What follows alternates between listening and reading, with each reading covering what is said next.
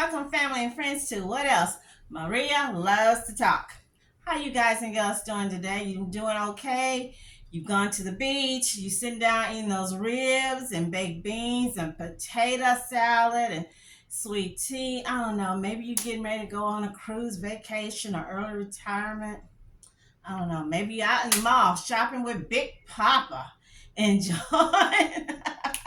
I don't know, Macy's, Dillard's, Nordstrom, you know. What am I doing? What am I talking about? No, we're not talking about perfume today. I'm talking about, I'm going to try to squeeze in either 2 to 3 stories, kind of like compress them. But I'm talking about one of the stories going to take us to Florida. That's right. Another story is going to take us to South Carolina and Pennsylvania. And we've got not just young people, young couples in love, fighting, arguing, cutting up. We've got senior citizens, old folks cutting up. That's right. Cutting up, carrying on, whatnot, pulling their guns out on each other. Yeah, it's going to be one of those. One of the other stories I was talking about, don't you like a girl fight? Or should I say, we really don't like girl fights. We shouldn't be fighting. Our young people, our older women should not be out in the street fighting, duking it out. Let's see, the third story. Oh, gosh. I'll surprise you. So, hey, you guys, without further ado, because I got a lot to cover, you know the drill. Go get you some snacks. Come on back. If this video is not for you, you can make your own video. There's a billion videos on YouTube. Wait a minute. Maybe it's a trillion videos on YouTube, but I don't know. So without further ado, let's go ahead and get started on this video. Thank you. Okay, so the first story, I need to let you know in advance, it is graphic. Unfortunately, it's graphic. It's graphic and it's just sickening, very disturbing. Okay, so this is from Fox, Carolina. So it's in South Carolina. Man facing charges after, I'm going to just say, relieving himself on a child's face. That's right. And I'm not going to repeat because I kept looking at it and I really wanted to think, I don't know if I wanted to bring the story to you guys or, because I don't really like talking about things that's just, too graphic in nature. Making threats to delete a child, deputies say. And this is an old bald-headed dude. He looks like a ginger. Devan Kelley, Devan Kelley, Kelley. This looked like it happened in May. I don't know why they're just letting us know about it. Okay, so Oconee County, South Carolina, the Oconee County Sheriff said a man is facing child abuse charges after he relieves himself. The word starts with U. According to the sheriff's office, 32-year-old Devan Blaine Kelley, 32. We're not saying 12. We're not saying 10. We're not saying 2 years old. 32. Okay. Had returned to a house to watch a movie after having multiple margaritas at a restaurant on May the 17th around 9:30 p.m. So after you having margaritas, you should have been returning home to go lay down in bed, however you call it. Don't give me the grammar queen, grammar king, grammar police. Okay, so later deputies said a witness heard things breaking in the bedroom where Kelley was also talking to someone. According to deputies, Kelley was relieving on a child's face, causing the child to gag. G-A-G, and struggle to breathe. According to warrants, the incident caused the child to nearly drown. Warrants also state Kelley shoved a woman backwards who was trying to reach for the child. So when the woman who was looking at all this or trying to stop it, pull the child to safety, he lunging at her, trying to whip up on her. Deputies said a witness in the house claimed she heard Kelley yelling, "I hate you. I hope you," D-I, and then ends with E. The witness also told deputies they were unsure why he became so upset. They go on to say they waited to contact law enforcement until May the 20th. Hold up. Hold up. Hold up. So this happened, what did we say? May the 17th. They waited until May the 20th, 1819. What? Don't get me, you guys. 3 days later, 3 days later, and HIV, I'm trying to think what the other diseases. That's caused or carried through fluids, bodily fluids and stuff. You don't know what this man had. You don't know he have herpes, HIV, TB, that STD ringworm that they have going on now. And 3 days, the child in the same house. Because they're not saying they removed the child. I didn't see where they said they got their nigga and baseball bat. I didn't see where they said they called for Dexter. I didn't see where they called for Triple H or Mike Tyson or The Rock to come up there and go on this dude. I don't see any of that. Kelley is facing unlawful place. I don't understand what this is. Kelley is facing unlawful place at risk of or cause of harm or willful abandon to the child and domestic violence charges. The Department of Social Services also notified of the incident and a report was filed. Y'all not telling me anything. In Oconee County, a man is facing child abuse charges and a disturbing arrest. The sheriff's office says that Devan Kelley got home after drinking at a restaurant. This was on May 17th.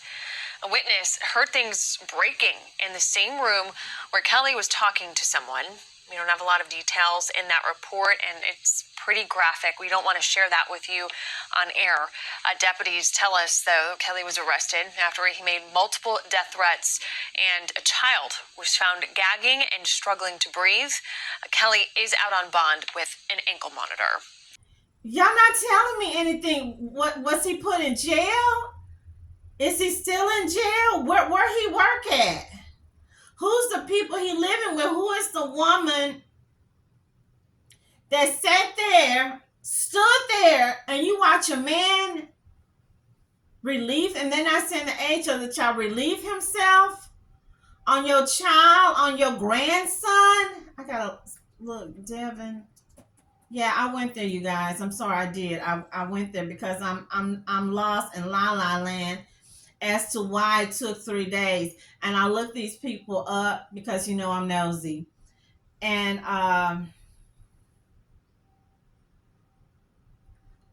several people live in this house. Several people.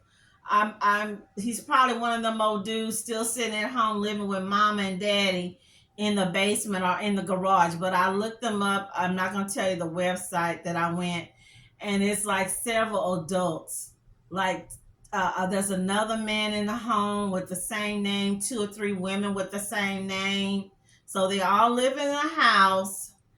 And this is how we got all these kids coming up missing, coming up molested, coming up raped.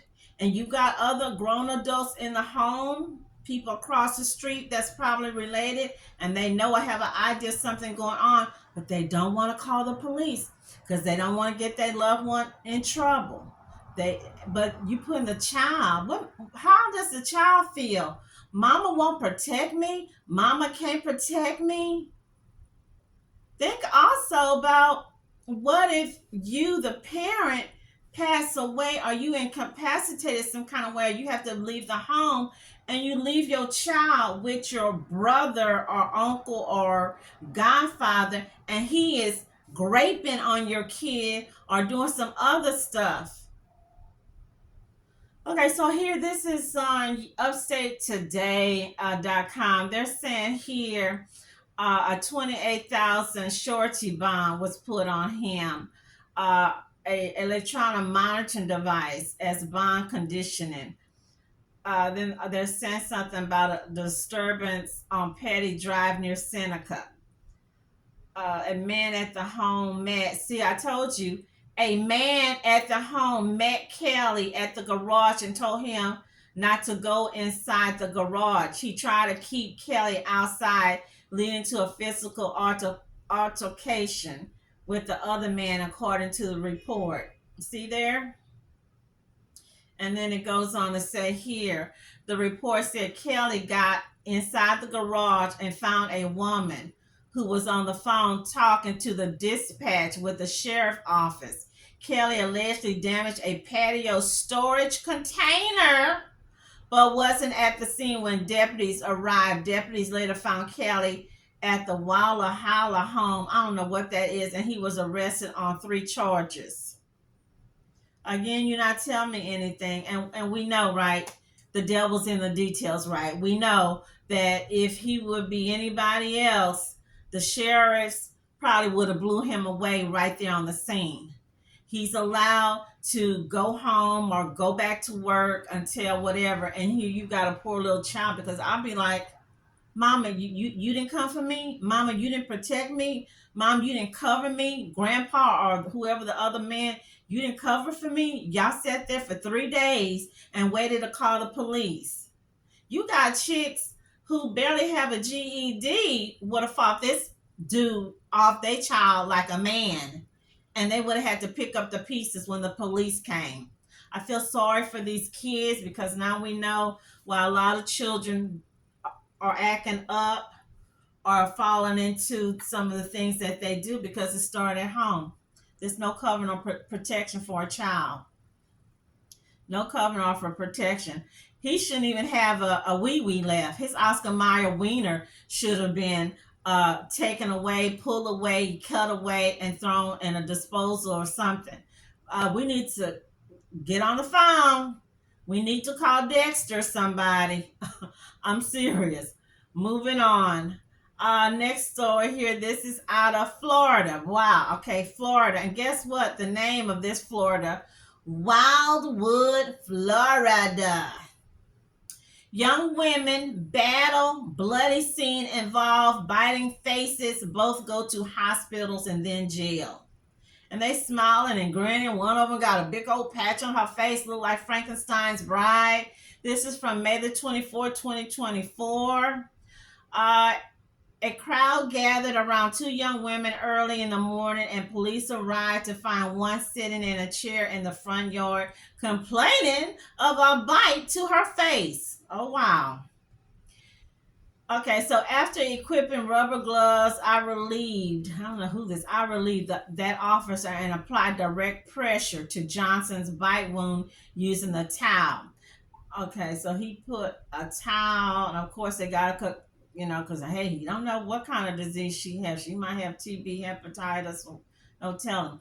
Johnson told the officer Teleria Bivens was the person who bit her. Then Johnson was taken to the hospital. They were arguments between multiple people, he wrote.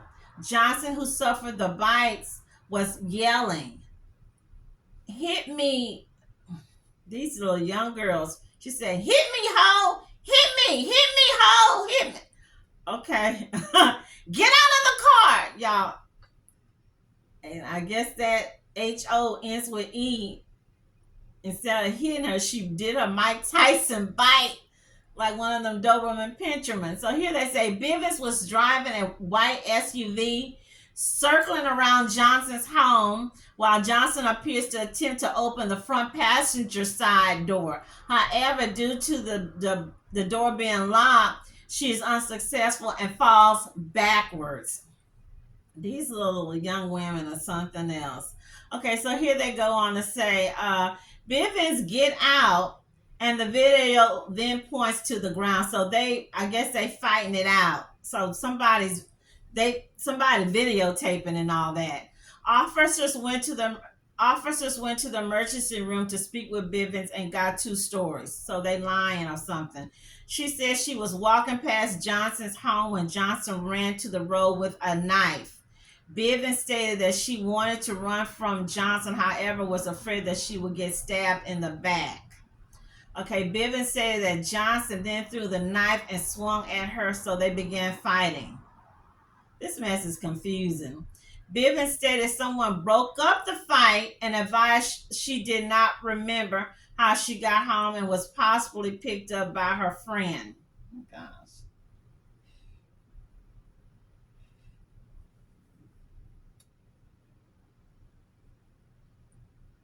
She claims she got out when Johnson's mother tried speaking with her, and that's when Johnson attacked her. Finally, officers went to another hospital emergency room where Johnson said the incident began at 5 a.m. when she and her cousin were driving, and Bivens came to the vehicle and hit the driver. Boy, they got different stories, don't they? Johnson explained that Bivens hit her with the SUV, causing her to fall and then retrieve a knife. Hit that girl in the face. And depends on how she healed, because everybody healed, their skin is different. She might have a big old, I don't know, keloid or wop on her face. Okay, so here Johnson stated that after the fight had broken up, she noticed she was bleeding profusely from her face. Johnson says she then sat in the front yard and waited for medical attention. They got arrest warrants and were charged with disorderly conduct. Both were served on May the 16th. Bail was set at $1,000 each. Bivens, 20, spent more than 2 hours in jail until her release. Johnson, 18, was locked up for almost 3 hours. It shouldn't have been a $1,000. $1,000, you gave them each $1,000 bond? No. That's like, that isn't that like deadly intent or premeditated or dangerous weapon? She used her mouth as a weapon, a hyena. I don't like to call these little wenches hyenas, but yeah, that's a hyena. You bit the girl, she bit the lighter skin and light skin, because my niece is in that color range. She's in that color range, maybe a little lighter. That's not going to be a pretty scar. This other little heifer looked like a chipmunk. She knew exactly what she was doing. And somebody had their mama with them. Mamas, you supposed to be the role model. You supposed to be teaching them how to walk away from a fight, not get involved in the fight. We got to walk away. One of us got to be the better person. Hopefully these little young girls, this be a learning experience. I don't know if they fight. They didn't say what they fight on. They fight over man. Is it some old news? What? It's not even worth that. So now when we go, if they go looking for jobs, applying for jobs, going to college or whatnot, all we got to do is Google their names, and we see them right here, right here on this screen. Bandages, wig pulled off, scar on the face, bleeding, calling each other all kind of names. You guys, please teach your youngins, these girls. Nice looking girls. They should have been crocheting, sewing, cooking some gumbo, making some sweet potato pies, volunteering at the nursing home, volunteering at the food pantry. Y'all got to do better than that.